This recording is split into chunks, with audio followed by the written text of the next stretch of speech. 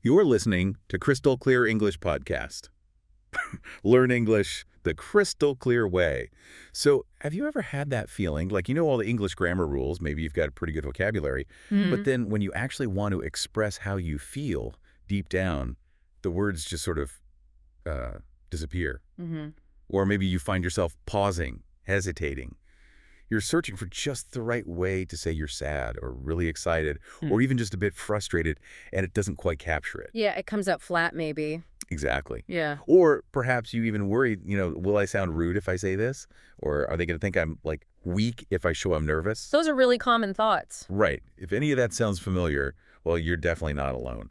So many English learners get really good at, say, technical English or academic stuff, writing professional emails, handling meetings, often quite fluently. Yeah, the practical side. But expressing those um, deeper emotions, joy, anger, nervousness, pride, frustration, it can honestly feel like hitting a wall sometimes. Right. It's a really subtle, complex part of language that often doesn't get taught directly. It really is. And it's so much more than just memorizing a list of emotion words. Expressing yourself emotionally involves, well, picking the right vocabulary, sure, but also using the right tone of voice, knowing the right timing, Timing, yeah. and sometimes definitely using the right body language, too. Yeah. It's about communicating more holistically, Yeah. from your core. But here's the good news, and this is important. This is absolutely something you can learn. It's a skill you can build step by step and gain confidence as you go. Definitely. And that's really what today's deep dive is all about. Unlocking that ability to speak with, well, genuine heart in English. Okay, so maybe let's start with why this is often so challenging for English learners. One big reason, honestly, is just having a limited emotional vocabulary. If the only word you really have is sad, you're missing a whole spectrum. Are you feeling lonely? Or maybe disappointed? Heartbroken, even? Each of these feelings has its own specific shade, its own nuance. So trying to paint a detailed picture with only like 3 basic colors. That's a great analogy, exactly. And then another major hurdle is, well, cultural confusion. How emotions are shown or not shown varies so much across cultures. Oh, absolutely. Some cultures are very open, very expressive. Others are much more private, more reserved. And this difference leads directly to those questions you mentioned earlier. Will I sound rude? Will they think I'm weak? Yeah, am I oversharing or am I being cold? Precisely. These are very real concerns, and they can really make you hesitate, make you hold back. It makes total sense. If you're unsure how it'll be received, it's safer to just say less or say something neutral. Right. Which brings us to the third point. Just the plain fear of saying the wrong thing. Lots of learners, quite understandably, tend to avoid emotional topics because they worry about making mistakes or, worse, being completely misunderstood. Yeah, that's a big one. But here's the thing, the real impact. When we avoid expressing emotions, we unintentionally limit our ability to build those deeper connections with people. We limit trust building, and we limit how much of our actual personality shines through. We end up sort of presenting only a part of ourselves. It's like putting a filter on, isn't it? Yeah. Keeping the real you hidden. But, okay, it doesn't have to be that way. We've actually broken this down into a step-by-step process. So let's dive into step 1, building your emotional vocabulary. Okay. The basic idea is actually pretty simple but effective. Start with the core feelings you already know, like happy or sad, and then consciously expand outwards from there. Think more precisely. So instead of just happy, could you be more specific? Are you feeling excited about something? Or proud of an achievement? Maybe grateful? Or even relieved? Yeah, and it's not just about finding synonyms, is it? It's about finding the word that truly fits the feeling.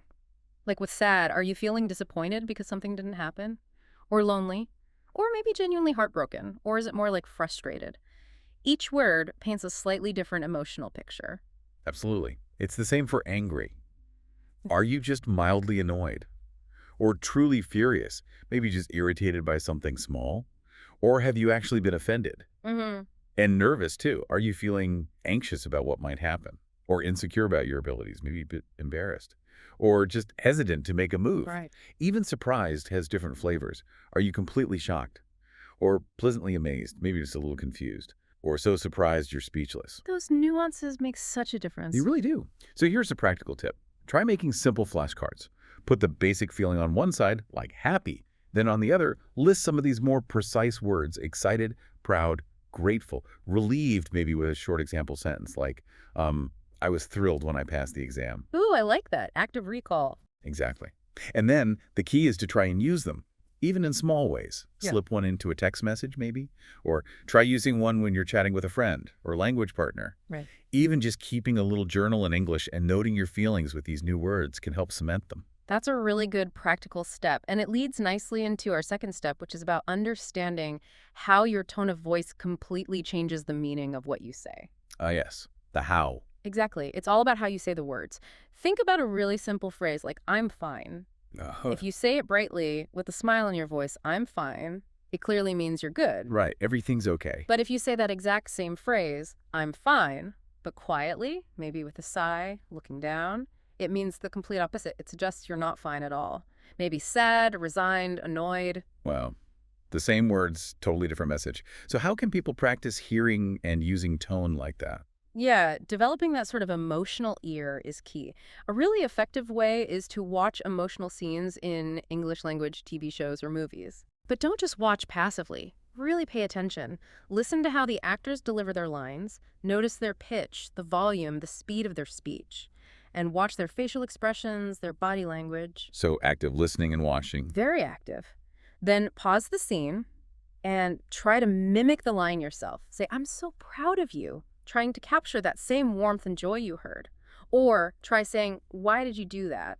With that specific tone of frustration or hurt. Ah, like shadowing, but focused on the emotion. Exactly. It's like emotional ear training. You're building that connection between the sound, the feeling, and the words. That is such a great actionable tip. Mm-hmm. Okay, so that brings us smoothly to step 3.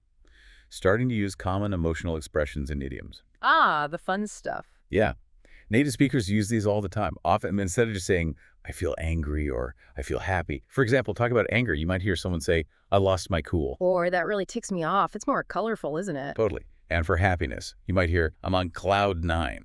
Which paints such a vivid picture of extreme joy. Exactly. Or something simpler like, it made my day. You know, that lovely feeling when something small just lifts your whole mood. Mm-hmm. Little moments of brightness. Right. For sadness, common ones are, I'm feeling blue. Or the more intense, it broke my heart. Yeah, very evocative. And when someone's nervous, butterflies in my stomach is super common before, say, a presentation or something. Or if it's really intense, maybe I'm freaking out. Yeah, definitely heard that one. And for pride, instead of just I'm proud, you might hear I couldn't be prouder, or I'm beaming with pride. That beaming really suggests the outward expression of it, too. It does. So a simple way to start with these. Try to pick just one idiom a day, maybe a simpler one like made my day or feeling blue, and just try to use it somewhere, maybe in a message, maybe in a conversation, maybe just in your head when you feel that emotion. You'd be surprised how quickly they start to feel natural. We're really getting into the heart of expressing emotions in English today, aren't we? And we genuinely hope you're finding these tips useful. If this discussion is helping you and you want to keep getting clear, practical English learning advice, please take a moment to follow and subscribe to the Crystal Clear English Podcast wherever you get your podcasts. That way, you won't miss out on any of our future deep dives. Okay, moving on to step 4. This is about practicing with real-life scenarios. You know, just like an athlete drills specific plays, rehearsing how you might handle common emotional situations builds both confidence and fluency. Makes sense, like muscle memory for language. Kind of, yeah. So we've put together 5 common scenarios with some example lines. Think of these as mini scripts you can practice. First one, apologizing. Instead of just sorry, try something like, I didn't mean to hurt you. I feel terrible about what happened. Ooh, yeah. Feel terrible adds a lot more weight. It shows genuine remorse, right? Okay, second, expressing gratitude. Beyond a simple thanks, you could practice. Thank you so much. I truly appreciate your support. It means a lot to me. Truly appreciate it. Means a lot. Yeah, that feels much more heartfelt. Exactly. Third, giving a compliment. Instead of just good job, try being more specific and appreciative. You did an amazing job. I'm really impressed by your creativity. Highlighting what impressed you. Nice, precisely. Yeah. Fourth, talking about stress. This is so common. A relatable way to phrase it is, I've been feeling overwhelmed lately. There's just so much going on. Yeah, overwhelmed is such a useful word there. Captures that feeling perfectly. It does. And finally, fifth, sharing excitement. Imagine you got great news. You could burst out with, I got the job. I can't believe it. I'm so happy right now. The energy just comes through with the words. Right. So the practical tip here is, don't just read these. Try writing little dialogues around them. Or even better, act them out. Grab a friend, your teacher, a language partner, and practice these scenarios. It makes a huge difference in making the language feel like your own. That sounds like a really fun and effective way to practice, actually. Yeah. Okay, that brings us to our fifth and final step. Keeping a daily emotion journal in English. Ah, the journaling habit. Yes. The main idea here is to build that emotional fluency consistently, day by day, and also just to start noticing the language of feelings in your own life. It doesn't have to be long. Just take a few minutes each day and maybe jot down. One thing that made you happy today. Okay. One thing that frustrated you. Mm-hmm. One emotion you felt particularly strongly. And this is key. One new word or phrase you learned or remembered that could describe one of those feelings. So it connects the learning directly to your own experience? Exactly. It makes it personal and much more memorable. Now, even with all these steps, we know there can still be some mental blocks, fears that hold people back. Right. The mindset stuff. Yeah. Maybe you're thinking, but what if I say something wrong? That's a big one. It is. And honestly, everyone makes mistakes. Even native speakers stumble over their words or say slightly the wrong things sometimes. Communication, especially about feelings, is about connection first, not perfection. Please don't let the fear of a tiny mistake stop you from connecting with someone. Expression is better than perfection. That's such important advice. Let go of that pressure. Definitely. Or maybe the fear is, I don't know the exact perfect word. Yeah, feeling limited. That's okay too. Start simple. Saying I feel weird or I feel not good is a totally valid starting point. The person listening can often ask more, or you can try to explain further. The precise word will come with more practice. Just start communicating the feeling. Get the ball rolling, basically. Exactly. And one more we hear sometimes. I sound boring when I speak English. Oh, If you feel that way, try consciously using more of these emotional words we've talked about and really focus on varying your tone. When you put more feeling into your words and your voice, you naturally sound more engaging, more dynamic, and definitely not boring. These mindset shifts are just as important as learning the vocabulary. they really are. Okay, so to give you even more ways to practice, here are 5 quick bonus tools you can use. First, podcasts. Specifically, listen to interview shows or storytelling podcasts where people share personal experiences. You'll hear real emotions expressed naturally. Good call. Like biographical interviews or story slams? Exactly. Second, movies and TV shows, like we mentioned with tone practice, dramas, romantic comedies. Use subtitles to catch the language, then try shadowing, mimicking the lines and the emotion. You're focusing on that delivery? Yep. Third, read short stories or even blog posts. Pay attention to how the writers describe emotions. How do they show sadness or joy through actions, dialogue, descriptions, not just by stating the feeling? Learning from descriptive writing? Smart. Fourth, practice role play. Really lean into this. Simulate conversations with a friend, a tutor, even an AI language partner if you like. Set up scenarios. Apologizing, giving good news, talking about a stressful day. It's a safe space to experiment. Low stakes practice. Right.